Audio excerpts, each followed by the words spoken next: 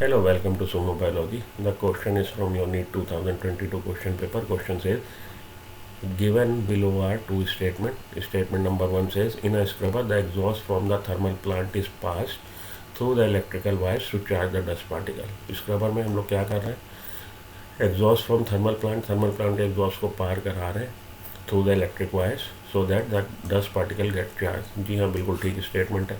Particulate matter cannot be removed by scrubber but can be removed by electrostatic precipitator. तो इसको देख लेते हैं हम लोग, क्या है इसका जवाब.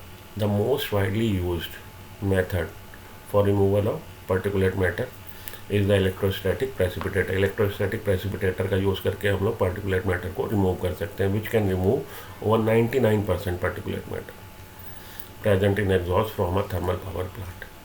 इसका फंक्शनिंग कैसे है? इट हैज़ इलेक्ट्रोड वायर होंगी, उसमें से हम पास कराएंगे किसको? एग्जॉस्ट को. ये जो हमारे थर्मल प्लांट के हैं, that are maintain in several thousand volt. उसमें करंट बह रही है several thousand volt see which produce a corona, जो एक कोरोना प्रोड्यूस कर रहे हैं. दैट रिलीजेज इलेक्ट्रॉन, जो इलेक्ट्रॉन रिलीज कर रहे हैं. This electron attach to dust particle. ये इलेक्ट्रॉन डस्ट पार्टिकल को अटैच हो जाते हैं, तो giving them a net negative charge. तो यही आपका स्टेटमेंट, पहला स्टेटमेंट यही कह रहा है कि इलेक्ट्रोस्टैटिक प्रेसिपिटेटर में हम लोग एग्जॉस्ट को निकलवाते हैं इलेक्ट्रिक वायर्स के बीच से, जिससे वो डस्ट पार्टिकल इलेक्ट्रिकली चार्ज हो जाए. जी हाँ, यही तो हम लोगों ने किया है.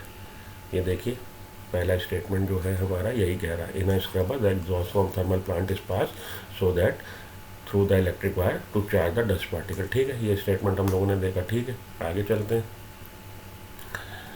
सेकंड में कह रहा था जी वो एक काम करेगा, एक काम नहीं करेगा. Recently we have realise that danger of particulate matter that very small are not remove by this precipitator. तो दोनों से ही बहुत छोटे जो इलेक्ट्रॉन हमारे प्रेसिपिटेटर है, वो दोनों ही उसको रिमूव नहीं कर पाएंगे, ना इलेक्ट्रोस्टैटिक ना स्क्रबर. तो statement number 1 is correct, but statement number 2 is incorrect. You should go with option number 1.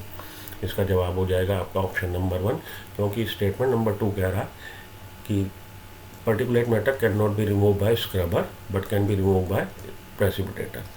जबकि यहाँ पे जो आपकी एनसीईआरटी की लाइन कह रही है कि बहुत छोटे जो पर्टिकुलेट मैटर है उसको ना तो स्क्रबर रिमूव कर पा रहा ना प्रेसिपिटेटर, वेरी स्मॉल को. ठीक है जी, तो आंसर हो जाएगा हमारा ऑप्शन नंबर